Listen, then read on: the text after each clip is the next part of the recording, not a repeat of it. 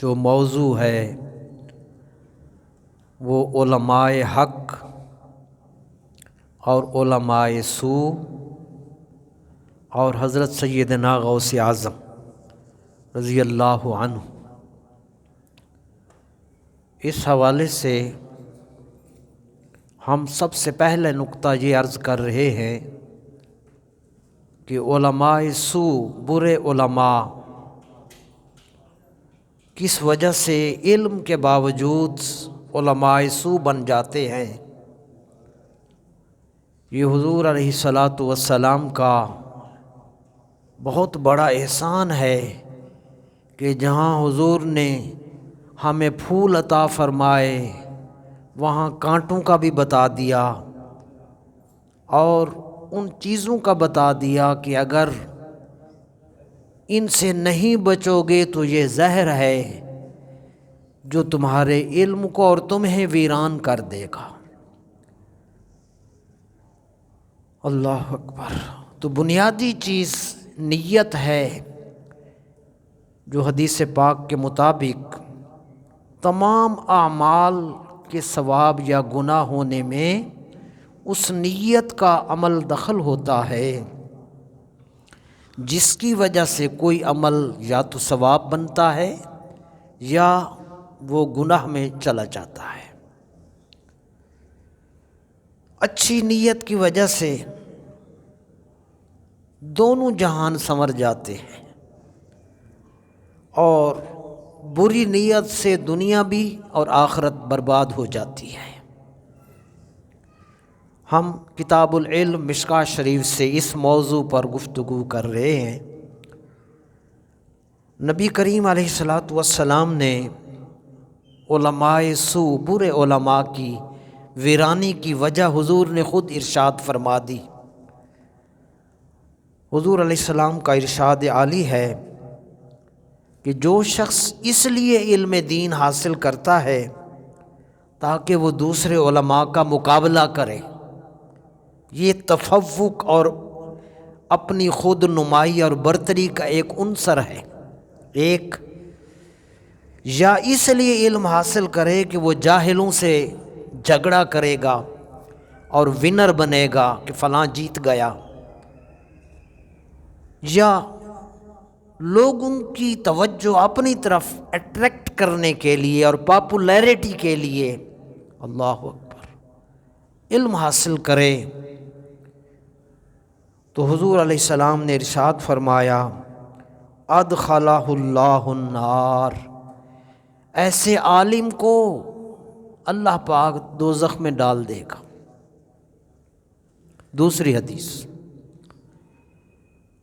پھر فرمایا ایسا عالم جو دنیا کی خاطر، اللہ اکبر، چونکہ یہ انسان کی بشری فطری ایک کمزوری ہے کہ آدمی ان چیزوں پہ مرتا ہے، پیسہ، شہرت اور اپنا برتری کہ میں کچھ ہوں، وی آئی پی، اللہ اکبر، پروٹوکول۔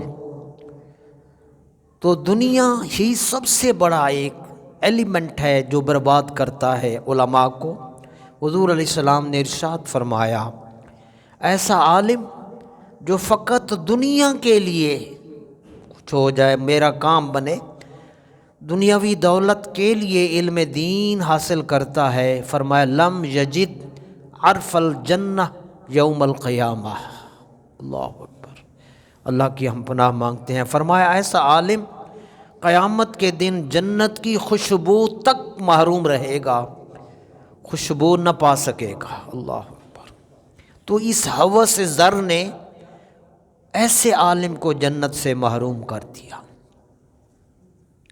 پھر آخری اس ٹاپک، اس نقطے کی آخری حدیث، جب محبوب کے یہ ارشاد گزرے ضروری معلوم ہوا کہ میرے بھی پیش نظر رہیں یہ چیزیں، اور تمام علماء اور بالخصوص جو ابھی علم دین کے سفر کا آغاز کریں وہ اس پاک فرمان کو ضرور ذہن میں رکھیں۔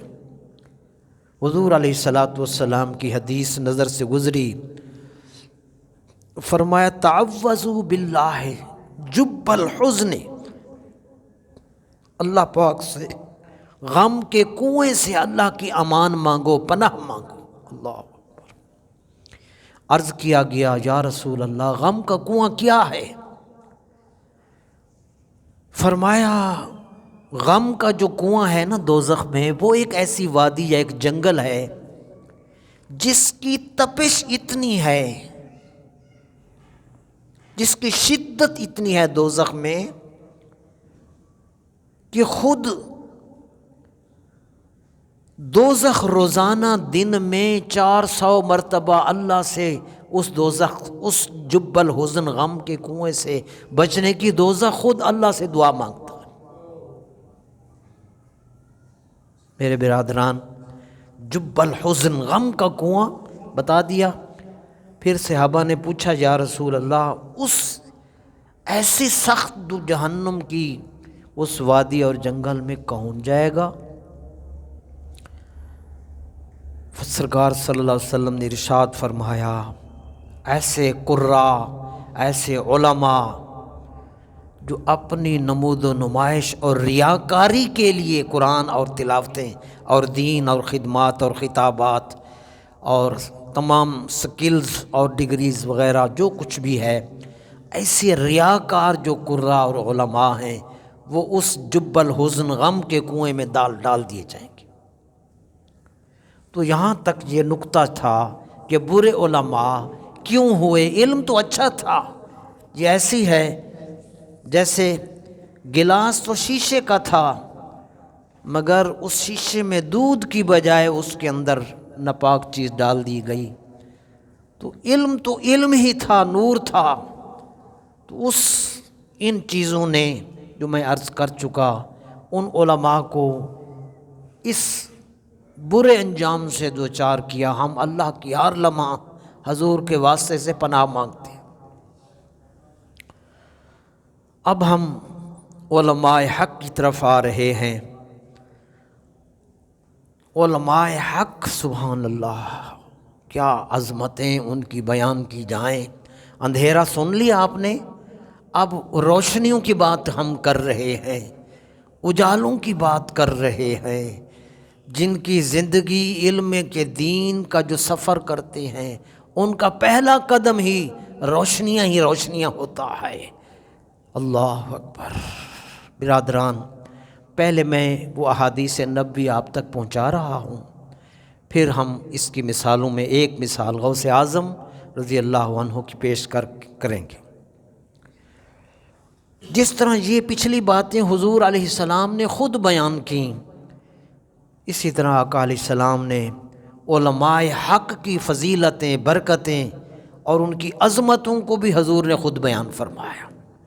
درود شریف پڑھتے رہیں گے، صلی اللہ علی حبیبہ محمد وآلہ وصحبہ وسلم۔ پہلی حدیث شریف، علماء حق کی فضیلت۔ نبی کریم علیہ السلام نے ارشاد فرمایا من جاءہ الموت وہو یطلب العلم لیحیی بہ الاسلام۔ انہوں نے بھی، علماء سو نے بھی علم حاصل کیا، نیت اور کوز اور مقصد سبب ان کا بھی آپ نے سن لیا۔ اور یہاں علماء حق کی زندگی ریاکاری سے پاک، ہوس زر سے پاک، غرور اور تکبر سے توبہ کرتے ہیں۔ تو علم کیوں علماء حق حاصل کرتے ہیں؟ حضور کی حدیث شریف ہے، فرمایا وہ عالم حق، عالم سچا عالم جو اس لیے میرا دین اور قرآن کریم کا حدیث کا علم حاصل کرتا ہے لیحیی بہ الاسلام، تاکہ اس کی گفتگو اور اس کی خدمات سے اسلام زندہ ہو جائے، اسلام زندہ ہو جائے۔ مجھے کچھ ملے نہ ملے، میری کیا ہے۔ میرے استاد صاحب یہ نعت مفتی محمد خان قادری صاحب بڑے شوق سے سنتے تھے، میری بات بن گئی ہے تیری بات کرتے کرتے۔ اس عاشق لوگ تھے، میری بات بن گئی ہے تیری بات کرتے کرتے تیرے شہر میں میں آؤں تیری نعت پڑھتے پڑھتے۔ اللہ اکبر۔ سو برادران، ایسا عالم دین جو حضور کے دین کی بلندی اور عظمت اور اسلامی اقدار کے فروغ کے لیے جو دین حاصل کرتا رہا، اور دوران طالب علمی کے دوران اس کا زندگی کا وقت پورا ہو گیا۔ اللہ، ابھی اس نے کسی جگہ خطاب بھی نہ کیا، نہ کتاب لکھی، ابھی تو سفر میں ہی تھا، مکمل نہیں ہوا تھا۔ اس عالم دین کی حضور نے فضیلت بیان فرمائی، فَبَيْنَهُ وَبَيْنَ النَّبِيِّينَ دَرَجَةً وَاحِدَةً فِي الْجَنَّةِ۔ یہ علماء حق کی بہت بڑی عظمت ہے برادران، کہ سچے عالم کو اس نیت سے اگر دوران طالب علمی اس کا وقت آ گیا اور وہ دنیا سے رخصت ہو چکا، حضور علیہ السلام نے فرمایا قیامت والے دن جب جنت میں داخلے کی اور درجات کی بات آئے گی، جنت تو ہے ہی جنت، جب درجات کی بات آئے گی، کس کو کس درجہ پر، کس کو کس مقام پر، کس کو جنت نعیم میں اور کس کو جنت الفردوس میں، کس کو کہاں رکھنا ہے، وہاں پھر درجہ بندی ہے۔ حضور علیہ السلام نے ارشاد فرمایا، جو احیاء اسلام کی خاطر جو علم حاصل کر رہا تھا، موت آ گئی، حضور نے ارشاد فرمایا کہ جنت میں تو داخل ہو گیا، اب جب درجوں کی بات آئے گی، فرمایا اس عالم اور انبیاء کے درمیان ایک درجے کا فرق ہوگا، انبیاء اوپر ایک درجہ، ایسا عالم ایک درجہ نیچے۔ یہ اس عالم حق، سچے اولیاء صلحاء کی بات کر رہا۔ اللہ اکبر۔ برادران، اور جب ایسا طالب علم آغاز کرتا ہے دین کا، ہم کہتے ہیں جی انہیں امامہ باندھا ہوا ہے، اس نے جی داڑھی شریف رکھی ہوئی ہے، ہماری نظریں جو چونکہ مادی ہو گئی نا، ہماری 24 گھنٹے سوچ ہی پیسہ کتھوں آنا ہے۔ اللہ پاک اپنی محبتیں عطا فرمائے۔ تو یہ حضور سے قدر پوچھیں اس دین کی جس کی خاطر میرے آقا نے طائف میں پتھر کھائے تھے، طائف میں حضور پر پتھر برسائے گئے تھے، کیا جداد کے لیے، دین کے لیے حضور اٹھے تھے۔ نبی کریم علیہ السلام نے ارشاد فرمایا، ایسا طالب علم جب کسی راستے پر قدم رکھتا ہے اور چلتا ہے، ابھی وہ چل رہا ہے، جا رہا ہے، آ رہا ہے، جا رہا ہے، آ رہا، راستے پر جب چلتا ہے، حضور نے ارشاد فرمایا اللہ تعالیٰ اسے اس راستہ دین پر چلنے کی وجہ سے اللہ اسے جنت کے راستے پر چلا دے گا۔ ایک اور پھر اگلی بات فرمایا، جب وہ چل رہا ہوتا ہے طالب علمی کے دور میں، کوئی نہیں دیکھتا، دین کا طالب ہے، انہوں ختم پڑھا لو تے روٹیاں کھوا دو، مولوی صاحب منڈیاں نو بلا لو مسیت چوں، ہمارا اب اتنا ہی کام رہ گیا۔ اللہ اکبر۔ بچوں کو قرآن جو پڑھانے آئے وہ دے تو 1000 2000، جو انگلش میڈیم پڑھانے آئے انہوں 10,000 تے لوے گا نا گھر میں آنے کا۔ ہماری سوچ ہی اور ہو گئی۔ میرے کریم آقا علیہ السلام نے دین کے طالب علم کے حوالے سے اتنی شان بلند کی۔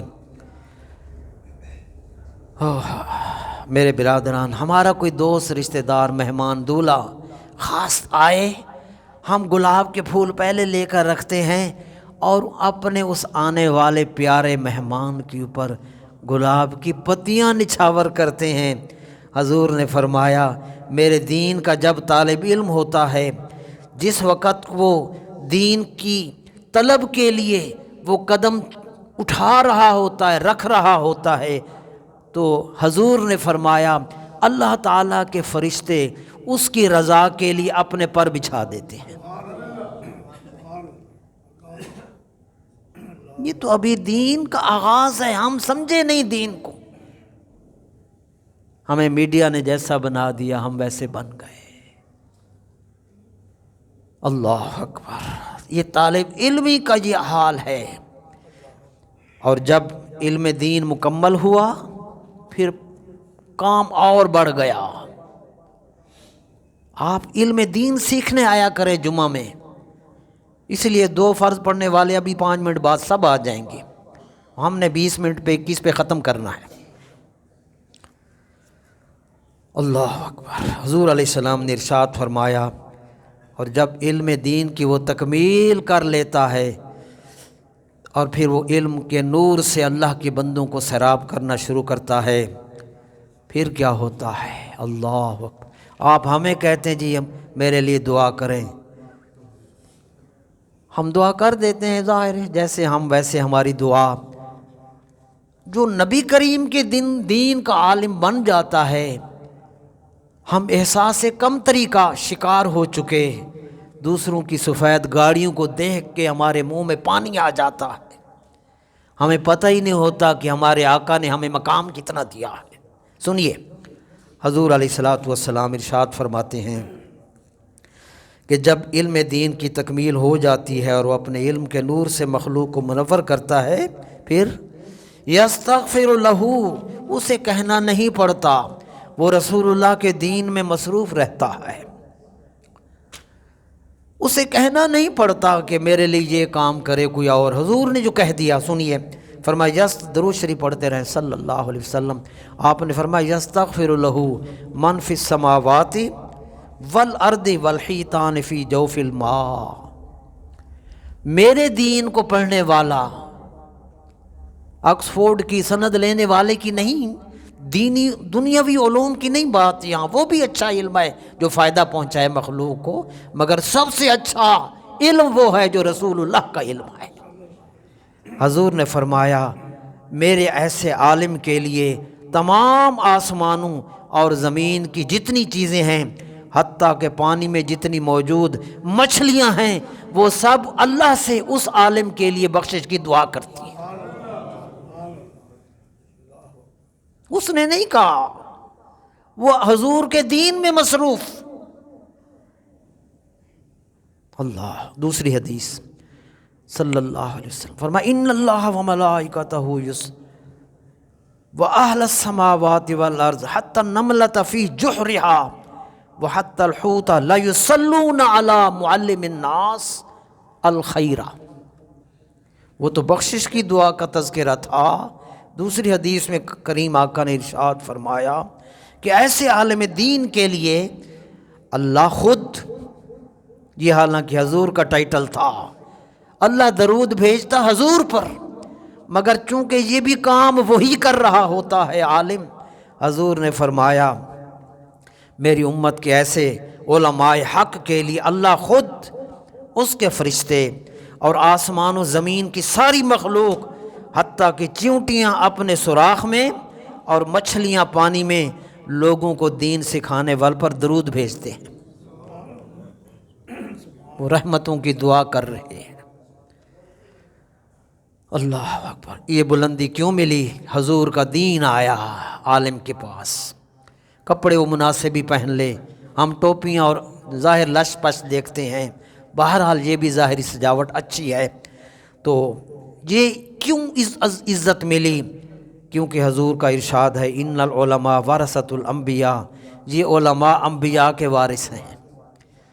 کوئی اپنی باپ کی دکان کا وارث بنا، کوئی زمین کا وارث بنا، ٹھیک ہے، کوئی اپنے کسی سیاسی کے عہدے کا وارث بنا، علماء کی اس سے بڑی کیا عزت ہوگی کہ علماء نبی کی جائیداد کے وارث بن گئے صلی اللہ علیہ وسلم۔ پھر حضور نے فرمایا فمن اخذہ اخذ بحظ وافر، جس کو یہ جائیداد مل گئی اس نے بہت بڑا حصہ، بہت بڑی دولت پر اس نے پورا حصہ پا لیا۔ پیسہ ختم ہوگا، مکان گر جائے گا، عہدہ چلا جائے گا، دین باقی رہے گا۔ وہ دین سیکھنے والے جب تک اس عالم دین پر عمل کرتے رہیں گے اسے قبروں میں ثواب ملتا رہے گا، تو دولت کون سی بڑی؟ اللہ اکبر۔ اس طرح اس علم کے، اس کیلیبر کے، اخلاص کے، علم کے پیکر، اخلاص کے پیکر، عمل کے پیکر 1500 سال اسلام کی تاریخ میں بہت بڑے شاہ سوار گزرے۔ ہم آج غوث اعظم رضی اللہ عنہ کا ذکر خیر اس لیے کر رہے ہیں تاکہ ہماری ان سے عقیدت رہے اور ہم ان کے ارشادات پر عمل کریں۔ ایک ہی شعر ہے، غوث اعظم درمیان اولیاء جو محمد درمیان انبیاء۔ مفہوم یہ ہے کہ نبیوں میں جو مقام میرے آقا حضور کا ہے، اولیاء کی صف میں غوث اعظم کا وہی مقام ہے۔ آپ حسنی حسینی سید ہیں، آپ کی ولادت 470 ہجری کو اور وصال 561 ہجری 91 سال بنتے ہیں۔ ربیع ثانی میں آپ کا وصال ہوا۔ ان کاملین نے ہر جگہ، ہر مقام پر، ہر قدم پر ہدایت کے چراغ روشن کیے۔ وہ مشہور واقعہ آپ نے بارہا سنا، سید وجیہ السیما عرفانی چشتی علیہ رحمہ نے یہ تحریر فرمایا، وہ آپ نے سنا ہوا ہے۔ والدہ مدرسوں سے علم بعد میں ملتا ہے، پہلا علم ماں باپ کے ہیں، وہ وہاں سے ملتا ہے، ماں کی گود سے ملتا ہے۔ بہت بڑی یونیورسٹی ماں کی گود ہے۔ اللہ اکبر۔ یہ پہلی بار میں نے پڑھا کہ آپ کی والدہ تقویٰ اور رجوع اللہ کے مقام پر تھیں۔ ان کی تربیت کی وجہ سے حضور غوث اعظم اللہ کی مخلوق کو اللہ سے ملانے والے صاحب کمال اور اللہ کی عطا کا مرکز بن گئے۔ آپ کی والدہ کی عمر مبارک جب روانہ کیا نا بغداد علم کے لیے، میں نے پہلی بار پڑھا آپ کی والدہ کی عمر مبارک، جن کا نام نامی ام الخیر، اللہ، ان کی عمر مبارک 80 سال تھی کے قریب تھی۔ اس بڑھاپے کے عالم میں ایک ہی جوان بیٹا ہے، واحد سہارا تھا، لیکن علم دین کے لیے آپ کی والدہ نے ان کی جدائی برداشت کر لی۔ بس بغداد کے لیے جب روانہ کرنے لگیں تو مشہور واقعہ ہے، آپ نے نصیحت کی تھی، سنیں بیٹا ہمیشہ سچ کو قائم رکھنا، سچ بولنا، سچ کہنا اور سچے ہی رہنا۔ وہ مشہور واقعہ ہے، راستہ میں ڈاکوؤں نے قافلہ والوں کو لوٹ لیا۔ آپ کو بچہ سمجھ کر کسی نے کچھ نہ کہا، چھوٹا سا بچہ ہے، مگر جاتے ہوئے ایک ڈاکو نے یوں ہی آپ سے پوچھا کہ پاس کچھ ہے؟ آپ نے فوراً جواب دیا، ہاں 40 اشرفیاں ہیں جو میری والدہ نے میری جیب میں ڈالنے کی بجائے میری صدری کے استر میں رکھ کر سلائی کر دی ہے۔ ڈاکوؤں کو یقین نہ آیا، لیکن جب وہ واسکٹ اور اس صدری کو ادھیڑا تو اس میں 40 اشرفیاں نکل آئیں۔ ڈاکوؤں نے غوث اعظم سے پوچھا، آپ نے ہمیں کیوں بتا دیا کہ آپ کے پاس مال موجود ہے؟ غوث پاک نے جواب دیا، میری ماں نے نصیحت کی تھی میں ہمیشہ سچ بولوں، تو میں اپنی والدہ کے حکم کے خلاف ورزی کیسے کرتا؟ اور یہ لفظ اس معصومیت میں مدرسے نہیں گئے، ابھی داخلہ نہیں ہے، ہاں، مگر زبان کن کی تھی؟ بس وہ لفظ نکلے، ان کے دل پر بجلی بن کر گرے، وہ رونے لگ گئے، اللہ اکبر۔ اور وہ آپ کے ہاتھ پر توبہ طائب ہوئے، انہوں نے آپ کی بیعت کی۔ مدرسہ داخل ہونے سے پہلے ہدایت کا نور بانٹنا جو شروع کر دے وہی غوث اعظم ہوتا ہے۔ اس کو اقبال نے کہا تھا، ہر لحظہ ہے مومن کی نئی شان نئی آن، گفتار میں کردار میں اللہ کی برہان، اللہ اکبر۔ آج پیسہ ہے، پیسے کی خاطر ہم دوسروں کو قتل تک کرا رہے ہیں۔ آخری بات ہے، ان اولیاء کی نظر میں پیسے کی کچھ ویلیو نہیں ہوتی۔ ہم جس کی خاطر ٹینس ہو چکے، بیمار ہو چکے، ڈائبیٹک ہو چکے، کیا کچھ ہو چکے، رشتے چھوٹ گئے، قتل کروا چکے، قاتلانہ حملے کروانے کو مسئلہ ہی کوئی نہیں، اڑا دے پیسہ، اللہ اکبر۔ ان کی نظر میں یہ کچھ بھی نہیں ہے۔ حضرت شیخ ابو العباس خضر الحسین فرماتے ہیں کہ ایک رات ہم حضور سیدنا غوث اعظم کی خدمت میں حاضر تھے۔ خلیفہ وقت اسلامی سلطنت کا سربراہ حاضر ہوا، آپ کی خدمت میں سلام کرنے کے بعد مؤدب ہو کے بیٹھ گیا۔ اس نے آپ کی خدمت میں 10 تھیلیاں، 10 بیگ اشرفیوں کے دیناروں سے بھری ہوئے 10 بیگ پیش کرنا چاہے، لیکن آپ نے قبول کرنے سے انکار کیا۔ میرے جیسا کچھ اور کہتا ہے بڑی مہربانی، بڑی ضرورت تھی، بچے پوچھ ہی رہے سن کدوں آؤ گے، اللہ اکبر، ہم اور ہیں نا جی۔ اقبال نے اسی کو کہا تھا، دو عالم سے کرتی ہے بیگانہ دل کو، دو عالم سے کرتی ہے بیگانہ دل کو، عجب چیز ہے لذت آشنائی۔ حسن دو عالم نظر سے گرا دیا تو نے، نہ جانے کون سا عالم دکھا دیا تو نے۔ جگر مراد آبادی کا شعر ہے۔ تخت سکندری پہ وہ تھوکتے نہیں ہیں، بستر لگا ہوا ہے جن کا تیری گلی میں۔ سو برادران، سیدنا غوث اعظم اسی قافلہ عشق کے سپہ سالار تھے۔ آپ نے انکار کیا، وہ اصرار کر رہا ہے، آپ انکار کر رہے ہیں۔ جب اس کا اصرار حد سے بڑھا تو آپ نے ان میں سے 2 تھیلیوں کو پکڑا اور پکڑ کر نچوڑا، جس میں سے خون نکلنا شروع ہو گیا، جس میں سے خون نکلنا شروع ہو گیا۔